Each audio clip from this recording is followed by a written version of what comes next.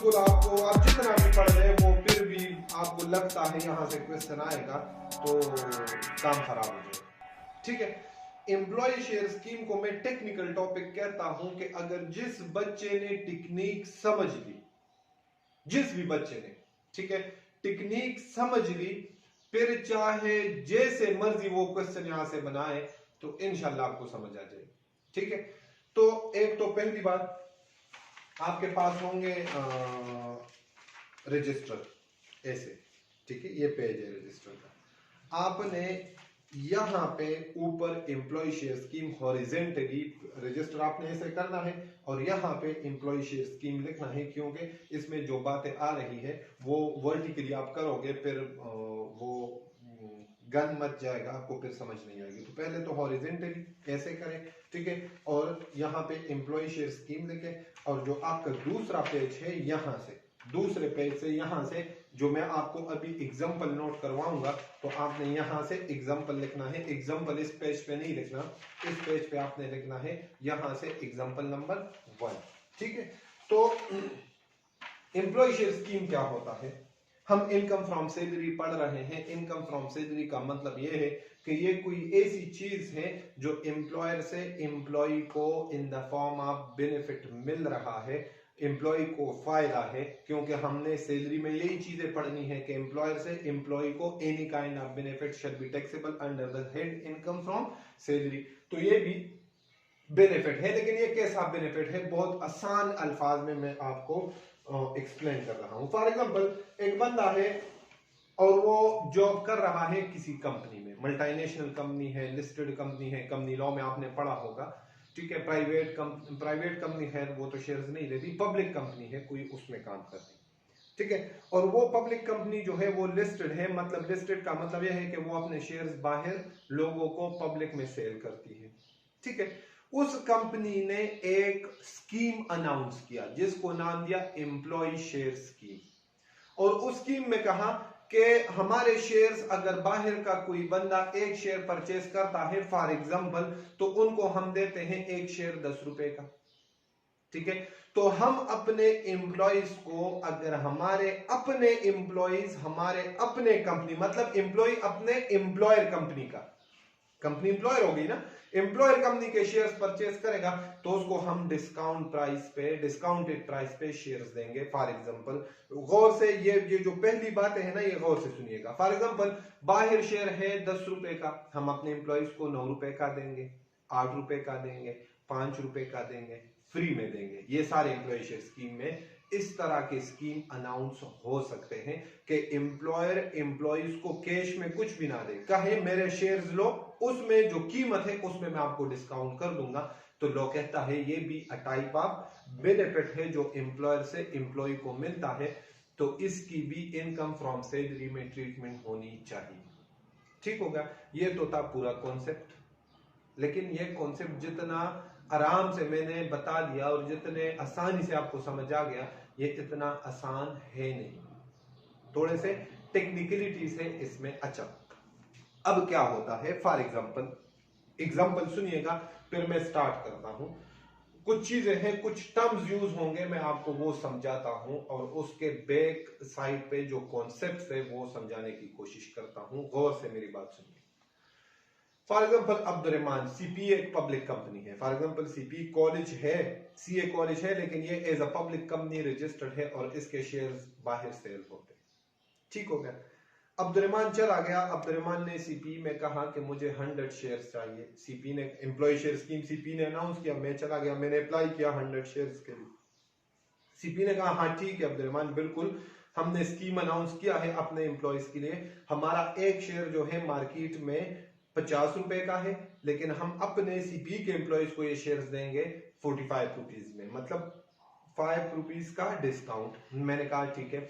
उन्होंने कहा अब्दुर्रहमान आज आपने 45 रुपीज पे नहीं करने, क्योंकि आज हम आपको शेयर्स नहीं देंगे। मैंने कहा शेयर्स कब दोगे? कहते हैं हम शेयर्स आपको देंगे 6 महीने बाद। मैंने कहा ठीक है 6 महीने बाद। कहते नहीं, अप्लाई तो इस एक हफ्ता है, इस एक हफ्ते में आप अप्लाई कर सकते हो, तब आपको 6 महीने बाद शेयर्स मिलेंगे। अगर इस हफ्ते में नहीं किया एम्प्लॉय शेयर स्कीम खत्म हो जाएगी। मैंने कहा ठीक है मुझे 1000 शेयर्स चाहिए। उन्होंने कहा ठीक है 1000 शेयर्स चाहिए। हमारा जो है 45 पूरी कॉस्ट है आपके लिए, अपने एम्प्लॉय के लिए, लेकिन 45 में 5 रुपए जो है आज आप पे करोगे, इसको हम नाम दे देंगे डाउन पेमेंट। अभी नाम क्या दे देंगे? Down payment. मैंने कहा ठीक है 5 रुपए ले ले। जब 5 रुपए दे दिए तो अब आप कॉमन सेंस यूज करें। क्या सीपी से मुझे कोई ऐसी चीज लेनी चाहिए कि मेरे पास 6 महीने बाद एविडेंस हो? फॉर एग्जांपल सीपी में सैकड़ों लोग काम करते हैं, तो उनको कैसे याद होगा कि अब्दुर्रहमान ने 100,000 शेयर्स लेने थे, 1000 शेयर्स पर शेयर उसने डाउन पेमेंट की है 5 रुपए। समझ में आ रही? मतलब 50,000 रुपए। तो क्या एविडेंस होगा? तो इसके बदले, डाउन पेमेंट के बदले सीपी मुझे एक डॉक्यूमेंट इशू करेगा और उस डॉक्यूमेंट का नाम होगा ऑप्शन। क्या नाम होगा? Option letter. ठीक है, ये दो नाम यूज हो रहे हैं जो डाउन पेमेंट। तो फिर इसको मैं डाउन पेमेंट की जगह थोड़ा सा चेंज कर देता हूं और इसको मैं कह देता हूं कॉस्ट ऑफ ऑप्शन या कॉस्ट ऑफ लेटर। ये 5 रुपए के बदले मुझे क्या चीज मिल रही है? वो डॉक्यूमेंट। तो ये डॉक्यूमेंट जो लेटर है एक एविडेंस के 6 महीने बाद ये ले आओ, प्लस 40 रुपए पर शेयर 45 था, 5 पे किया, 6 महीने बाद 40 और पे करोगे, हम आपको 1000 शेयर इशू कर देंगे 40 पर शेयर। ठीक हो गया? ये डॉक्यूमेंट ले आना। मैंने कहा ठीक है। तो इसको कहते हैं ऑप्शन या लेटर। ठीक हो गया? अब 6 महीने बाद में आऊंगा तो मैं 40 रुपीज पर शेयर और पे करूंगा, तो सीपी वाले मुझे शेयर्स इशू कर देंगे। उसको कहते हैं इशुएंस ऑफ शेयर्स। कंपनी के एम्प्लॉयर के पॉइंट ऑफ व्यू से, एम्प्लॉय के पॉइंट ऑफ व्यू से एक्विजिशन ऑफ शेयर्स। समझ में आ रहा है? दोनों सेम चीज है। इशुएंस ऑफ शेयर्स कंपनी के पॉइंट ऑफ व्यू से, एम्प्लॉय के पॉइंट ऑफ व्यू से एक्विजिशन ऑफ शेयर्स। ठीक है, तो हम स्टार्ट करते हैं। असल में इसमें सिर्फ एक बात थी, ये जो ऑप्शन वाली बात थी ये समझानी थी कि ऑप्शन तब इशू होता है जब कंपनी आज अप्लाई करो आप शेयर्स के लिए, लेकिन शेयर्स आपको आज नहीं मिलेंगे, महीने बाद मिलेंगे, साल बाद मिलेंगे, 5 साल बाद मिलेंगे। तो पहले एप्लीकेशन के टाइम पे कुछ पेमेंट अगर वो आपसे ले ले तो उसके बदले वो आपको एक लेटर इशू करते हैं जिसको कहते हैं ऑप्शन। ठीक हो गया? तो एम्प्लॉय शेयर स्कीम में सबसे पहला काम जो होता है वो होता है एक्विजिशन। हम ये एम्प्लॉय के पॉइंट ऑफ व्यू से पढ़ रहे हैं। ठीक है, सबसे पहले जो एक्टिविटी होती है उसको हम कहते हैं acquisition of option.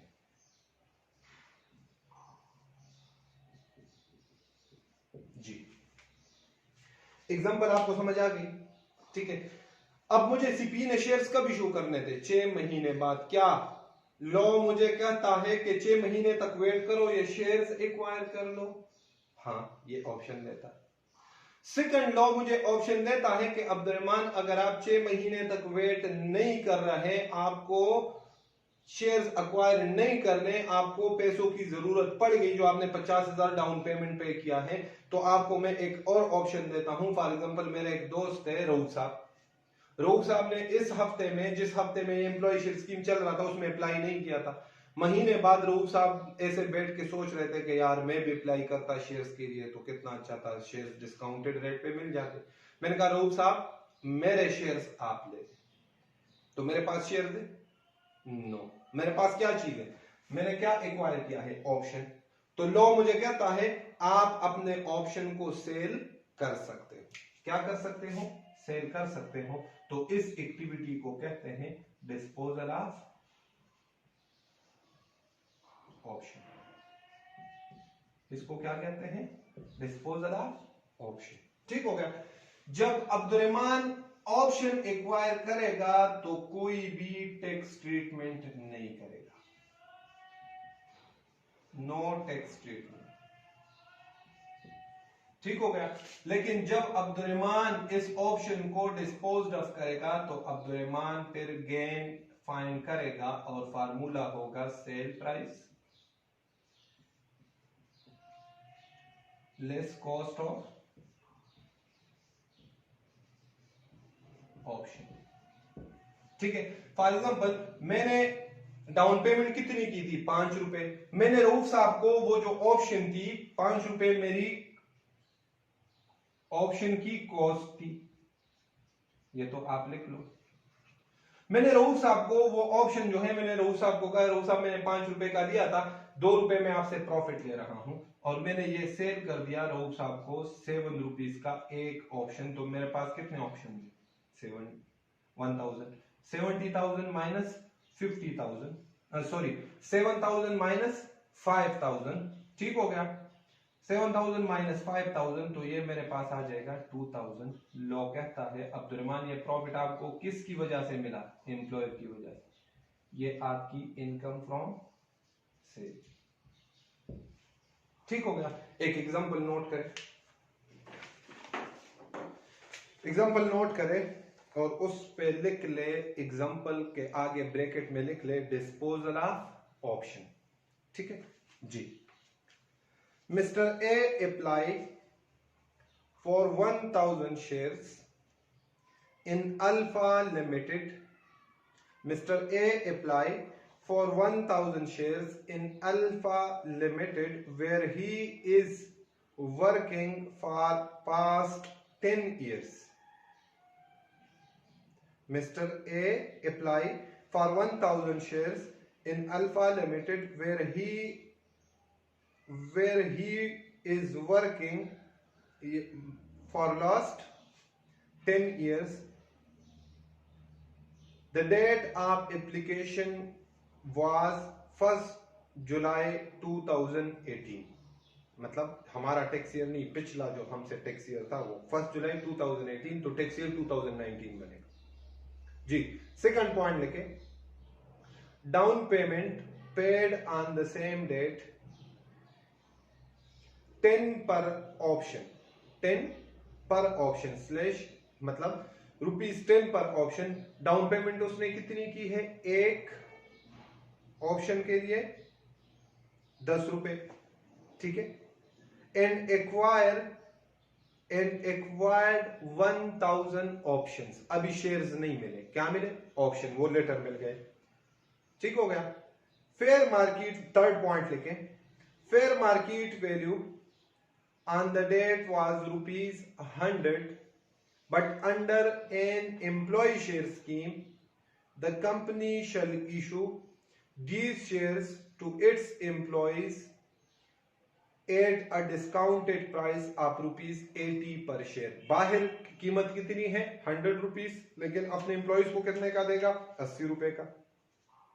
The shares will be issued on 1st July 2020, मतलब एप्लीकेशन से कितने साल बाद? 2 साल बाद। नंबर 5 पॉइंट लिखे, mister A disposed of all the options on 1st June 2019, मतलब हमारे टैक्स ईयर जी on 1st June 2019 for ₹15 per option, for ₹15 per option. और रिक्वायरमेंट लिखे, रिक्वायरमेंट है calculate income from salary of mister A for tax year 2019, ठीक है। तो बहुत आसान है, इसमें कुछ भी नहीं है जी। मिस्टर ए ने टैक्स ईयर 2019, याद रखिएगा जब टैक्स ईयर गिवन हो ना तो सिर्फ जो इस टाइम पीरियड में 1 जुलाई 18 टू 30 जून 2019 इसमें जो एक्टिविटीज हुई है हमने सिर्फ और सिर्फ वो नोट करनी है, हमने कुछ और नोट नहीं करना। एग्जांपल मैंने आपको लिखवा दिया। पहले काम क्या किया होगा? पहले काम क्या होगा? मिस्टर ए ने एक्विजिशन ऑफ ऑप्शन, कुछ भी नहीं करना 1 जुलाई। उसने जो है पर ऑप्शन डाउन पेमेंट कितनी पे की? ₹10 पर ऑप्शन, ठीक हो गया। और 1 जून 2019 को, मतलब हमारे टैक्स ईयर 2019 में उसने सारे ऑप्शंस जो है वो सेल कर दिए, किसको? किसी दूसरे बंदे को। और एक ऑप्शन कितने का सेल किया? 15 रुपए का, ठीक है। तो सेल प्राइस ऑप्शन का क्या है? 15। कितने ऑप्शंस थे? 1000। कॉस्ट क्या थी उसके लिए? 10 इंटू 1000। तो 15,000 माइनस 10,000 कितना आ जाएगा? गेन 5,000। ये 5,000 गेन जो है ये टैक्स ईयर 2019 में आपकी इनकम फ्रॉम सेल भी हो, ठीक हो गया, क्लियर भाई, क्लियर है जी। अब आप नोट करें example number 2, example number 2, example दूसरे पेज पे, ठीक हो गया।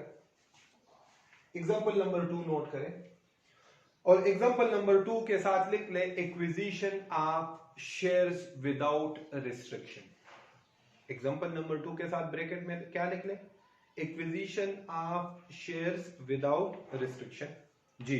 नोट करें मिस्टर बी सेम वही कंपनी है फॉर एग्जांपल और दूसरा एम्प्लॉय है, उसका डेटा आपको बता रहे। Mister B apply for 1000 shares in Alpha Limited where he was working for last 5 years on 1st July 2018। उसी दिन पे भी उसने अप्लाई किया है, एप्लीकेशन डेट है 1 जुलाई 2018। सेकंड पॉइंट लिखे, down payment paid on the same date was ₹10 per option and Mr. B acquired 1000 option Mr. B same, अभी यहां तक क्वेश्चन सेम है, सिर्फ एम्प्लॉय चेंज हो गए। Third, fair market value of the shares on the date was ₹100 but under an employee share scheme the company shall issue these shares to its employees at a discounted price of ₹80 per share। ये point भी same है। Fourth point लिखे, the shares will be issued on 1 दिसंबर 2018। यहां पे change आ गया, ए को issue होने थे 2 साल बाद, लेकिन बी को इशू होने हैं 5 महीने बाद, ऑन 1 दिसंबर 2018। ठीक हो गया जी। पॉइंट नंबर 6, अब यहां से चेंज है। पॉइंट नंबर 6 में है mister B acquired all the shares on 1st December 2018 by paying the remaining balance, bracket में लिख ले रिमेनिंग बैलेंस कितने का है, एक शेयर कितने का था 80 का, डाउन पेमेंट 10, तो रिमेनिंग बैलेंस कितना रहा 70 रुपए। by paying the remaining balance that is ₹70 to Alpha Limited। ठीक हो गया, सारे शेयर्स उसने एक्वायर कर लिए जी। अगला पॉइंट लिखे, mister B disposed of all the shares on 20th June 2019 for ₹120 per share. Mister B disposed of all the shares on 20th June 2019 for ₹120 per share. और मिस्टर बी ने शेयर्स अक्वायर करने के बाद 20 जून 2019 को सारे शेयर्स डिस्पोज ऑफ कर दिए। Requirement लिखे, calculate taxable income, calculate income from taxable income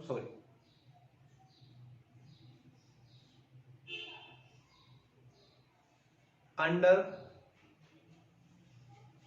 correct heads of income for tax year 2019 for tax year 2019 जी। अब ये समझिए, ये अब मिस्टर बी के, मिस्टर बी ने 1 जुलाई को डाउन पेमेंट पे किया, कंपनी ने ऑप्शन इशू किए हैं, कोई ट्रीटमेंट नहीं। क्या मिस्टर बी ने ऑप्शन डिस्पोज ऑफ किए? नो। जब नहीं किए तो हम कुछ भी ट्रीटमेंट नहीं करेंगे, इसको इग्नोर कर देंगे। ये एक्टिविटी होगी तो करेंगे ना। मिस्टर बी ने क्या किया? मिस्टर बी ने किया 1 दिसंबर 2018 को एक्वायर किए शेयर्स, जो हमारे एम्प्लॉय शेयर स्कीम की थर्ड एक्टिविटी है। लॉ कहता है एक्विजिशन ऑफ शेयर्स। अगर आप शेयर्स को ऑप्शंस को डिस्पोज ऑफ नहीं करते तो आपके पास ऑप्शन क्या बच जाता है? ठीक है। एक्विजिशन ऑफ शेयर्स जो है ये 2 तरह के होते हैं, एक विद रिस्ट्रिक्शन, हमारे वाला कौन सा है? विदाउट। विद रिस्ट्रिक्शन फिर हम बाद में पढ़ेंगे कि विद रिस्ट्रिक्शन क्या होते हैं। और दूसरा क्या है, विदाउट रिस्ट्रिक्शन।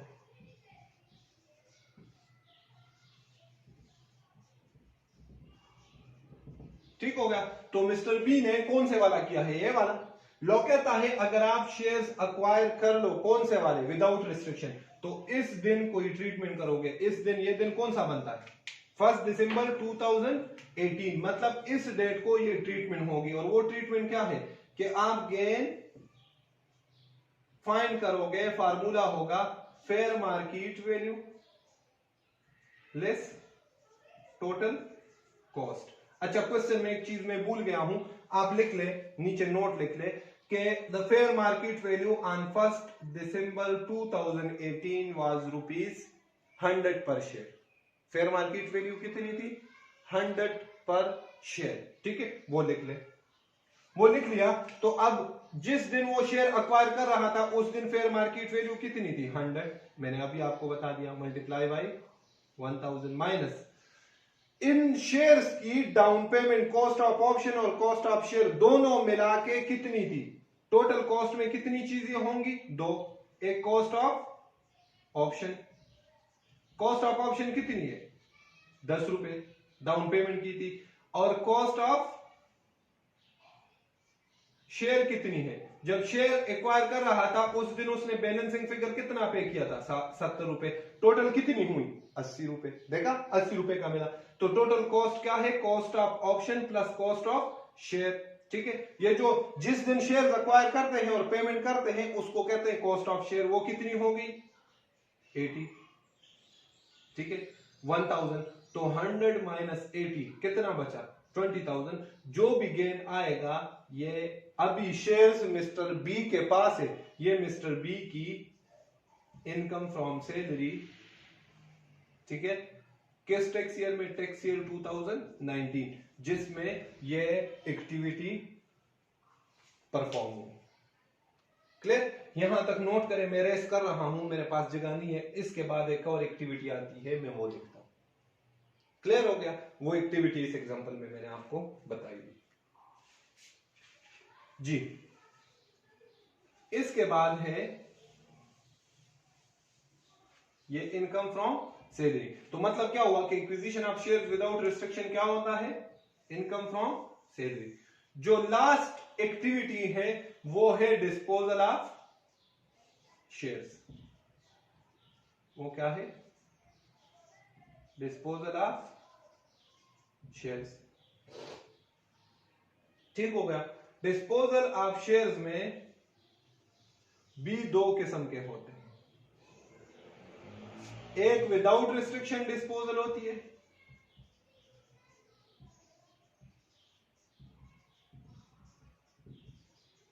और एक विद रिस्ट्रिक्शन डिस्पोजल होती है। ठीक हो गया। जो विदाउट रिस्ट्रिक्शन डिस्पोजल है वो आप देखे, जब शेयर्स एक्वायर किए हो विदाउट रिस्ट्रिक्शन, तो डिस्पोजल भी कौन सा होगा, विदाउट रिस्ट्रिक्शन। ठीक है, तो मिस्टर बी 20 जून को, मतलब टैक्स ईयर 2019 को ये वाला काम कर रहा है। 20 जून 2019 मतलब टैक्स ईयर खत्म होने से 10 दिन पहले। इसका फार्मूला होगा गेन आर लॉस, यहां पे लॉस भी आ सकता है, sale price or fair market value whichever is higher less total cost। ठीक हो गया। तो फेयर मार्केट वैल्यू हमें नहीं गिवन, उसने कहा है कि मिस्टर बी ने ये शेयर, एक शेयर 120 रुपए का सेल किया है, तो 120 minus multiply by 1000 minus total cost. इधर जो है टोटल कॉस्ट, ये मैं यहां पे लिख देता हूं, सेल प्राइस कितनी है, ये टोटल कॉस्ट जो है ये थोड़ा सा इधर समझने वाला है। एक तो कॉस्ट ऑफ ऑप्शन है, वो कितनी थी, 10 रुपए, वो तो आ गई, इंपॉर्टेंट कॉन्सेप्ट है, बहुत इंपॉर्टेंट। एक थी कॉस्ट ऑफ शेयर, वो कितनी आ गई, 70 रुपीज। ठीक है, अब मुझे बताएं कि पिछले आप अपने, मैंने तो रेस कर दिया है, आप देखें कि ये जो 1000 शेयर्स हैं मिस्टर बी, ये जब मिस्टर बी ने एक्वायर किए थे विदाउट रिस्ट्रिक्शन, तो इधर हम इनकम फ्रॉम सैलरी में कुछ अमाउंट लेके